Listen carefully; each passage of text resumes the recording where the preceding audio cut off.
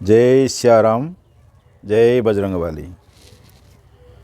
प्रिय दर्शक बंधु, आपण माने प्रत्येक दिन श्री हनुमानकर चालीसा पाठ करुथिबे, किंतु मु आज आपण माननकु से हनुमानकर चालीसा पाठर संपूर्ण विधि आउ सिद्धि विषय रे कहबी। ये जो कथाटा अत्यंत गुरुत्वपूर्ण। या भितरे अनेक प्रकार रहस्यमय कथा लुचि रही। ये भिडियोटी को आरंभरू शेष पर्यंत देखिए। जो माने आम चैनल को लाइक करना, शेयर करना बा सब्सक्राइब करना, तुरंत सब्सक्राइब करेंगे। वर्तमान भिडियोटी आरंभ करिबा। जो माने हनुमान चालीसा पाठ करुथिबे से माने लक्ष्य रखिथिबे हनुमान चालीसार 38 एवं 39 ये जो दुईटी चौपाई रे गोस्वामी तुलसीदास अति सरल भाव वर्णना करछंती। जो शतबार पाठ कर कही छूटई बंधी महासुख होई, जो यह पढ़े हनुमान चालीसा हयो सिद्धि साक्षी गोरिसा। ये जो चालीसा रे साक्षी स्वरूप साक्षात रूप शिव अछंती। तेणु जो माने हनुमानकर चालीसा पाठ करुछंती से माने प्रभु श्री हनुमानकर अशेष कृपा सांगकु शिवंकर संपूर्ण आशीर्वाद पाई परिबे। देखंतु जो चौपाईटा मु आगु कहली से कौन लिखाई, जो शतबार पाठ कर कही छूटई बंधी महासुख होई। अर्थात समस्त मन धारणा थी 108 चालीसा पाठ करने द्वारा जो माने बंदी थे से माने बंदीमुक्त हो जाए। दर्शक बंधु, जो 108 चालीसा बंदीर अन्य अर्थ हूँ बंधन। धरी नियंतु गोटे झीवर बाहागर समय संपूर्ण भाव में ठीक हो जाइछि, किंबा बाहागर पाई संपूर्ण योग्यता थिबा सत्वे बाहागर भांगी जाउछि। तार कारण कौनसी कारणरू ता देह को बंधन करा जाइछि। किंबा आपण गोटे दुकान करथिले, भल व्यवसाय होउथला, हठात आपण अनुभव कले आ बेपार ठीक चलुनी, ता अर्थ से दुकान को कौनसी लोकर नजर लगी किंबा से दुकान की बंधन कर देछि। एभलिया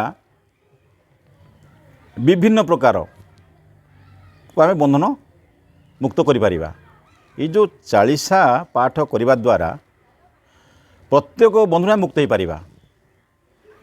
धरि जड़े बारंबार चाकरी क्षेत्र में इंटरव्यू दौची सफल पाई पारु नाही, से लोक बा से व्यक्ति जदि 108 हनुमान चालीसा करिवो से निश्चित भाव में सफल पाई पारिबो।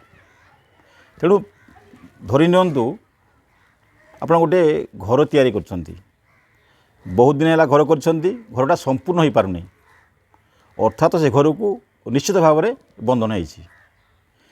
यदि आपण 108 चालीसा संपूर्ण पाठ करेंगे तो निश्चित भाव आपण खूब कम दिन मध्य से घर को संपूर्ण करदेवे। ये जो 108 चालीसार विधि आ सिद्धिटा मुझे बुझे दूँ। ଯେଉଁମାନଙ୍କର ଅଭ୍ୟାସ ଅଛି ବା ଦୀର୍ଘ ଦିନ ବସିବାର ବା ଦୀର୍ଘ ସମୟ ବସିବାର କ୍ଷମତା ଅଛି ସେମାନେ ଏକାଥରକେ 140 କରି ପାଠ କରିପାରିବେ।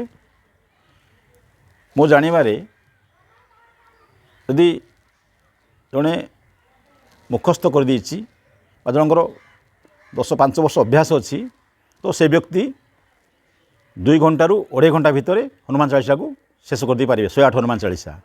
କିନ୍ତୁ ଜଣେ ନୂଆ ବ୍ୟକ୍ତି ତ ମିନିମମ୍ 3.5 ଘଣ୍ଟାରୁ 4 ଘଣ୍ଟା ଲାଗିବ। ଏଥିରେ ଆଉ ଗୋଟେ ସିଷ୍ଟମ୍ ଅଛି କ'ଣ,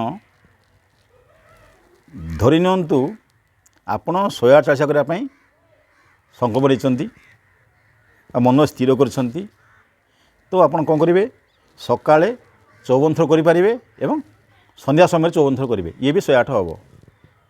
କିମ୍ବା ଆପଣ କୌଣସି ଦୂର ଜାଗାକୁ ଯାତ୍ରା କରୁଛନ୍ତି, ଧରି ନିଅନ୍ତୁ ବସ୍ କିମ୍ବା ଆପଣ ଟ୍ରେନରେ ଜର୍ଣ୍ଣି କରୁଛନ୍ତି, 5 ଘଣ୍ଟା ସମୟ ଲାଗିବ ଜାଗାରେ ପହଞ୍ଚିବା ପାଇଁ, ତ ଆପଣ ସେହି ସମୟରେ ବି 40 ପାଠ କରିପାରିବେ। ଆପଣ ପହଞ୍ଚିଲା ଭିତରେ ଆପଣଙ୍କ 140 ହୋଇଯାଇଥିବ।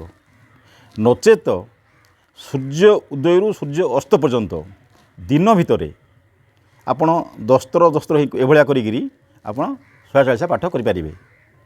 ଆର ବହୁତ ସୁବିଧା ବିଧି ଅଛି। ଆଉ ହନୁମାନ ଚାଳିଶା ଯେଉଁମାନେ 108 ଥର ପାଠ କରୁଛନ୍ତି ବା କରିଥିବେ ମଧ୍ୟ, ମୋ ନିଜ ଅନୁଭୂତିରୁ କହୁଛି ଅନେକ ସମସ୍ୟାର ସମାଧାନ ହୋଇପାରୁଛି। ନିଜର ଦୃଢ଼ତା ଓ ବିଶ୍ୱାସ ଉପରେ ନିର୍ଭର କରୁଛି। ଏ ଯେଉଁ 108 ଚାଳିଶା ବହୁତ ଫଳପ୍ରଦ। ଆପଣମାନେ ସମୟ ପାଇ 108 ଚାଳିଶା କରନ୍ତୁ କିମ୍ବା ପ୍ରତ୍ୟେକ ଦିନ ହନୁମାନ ଚାଳିଶା ପାଠ କରି ଅଭ୍ୟାସ କରନ୍ତୁ। ଯଦି ବା କୌଣସି ବ୍ୟକ୍ତିକୁ ସମୟ ହୋଇପାରୁନି, ଆପଣମାନଙ୍କୁ ମୋର ଖାଲି ପଦ୍ୟ ଅନୁରୋଧ, ହନୁମାନ ଚାଳିଶା ବହିଟି ଆପଣ ପକେଟରେ ଖାଲି ରଖନ୍ତୁ, ଦେଖିବେ ତା ରେଜଲ୍ଟ ବହୁତ ଚମତ୍କାରୀ ଫଳପ୍ରଦ। ହନୁମାନ ଚାଳିଶା ଦେଖିଲେ ଆପଣ ଆଗକୁ କୌଣସି ଗୋଟେ ବିପଦ ଆସିବାର ଅଛି କିମ୍ବା କୌଣସି ଗୋଟେ ଅସୁବିଧାର ସମ୍ମୁଖୀନ ଆପଣ ଗତି କରୁଛନ୍ତି ବା ଭାବୁଛନ୍ତି, ତ ଆପଣ ସେହି ସମୟରେ ଆଗରୁ ଆପଣ 108 ଥର ହନୁମାନ ଚାଳିଶା ପାଠ କରିଦେବେ, ତାହେଲେ ଆପଣ ସମ୍ପୂର୍ଣ୍ଣ ଭାବରେ ଏ ସମସ୍ୟାର ସମାଧାନ କରିଦେଇପାରିବେ।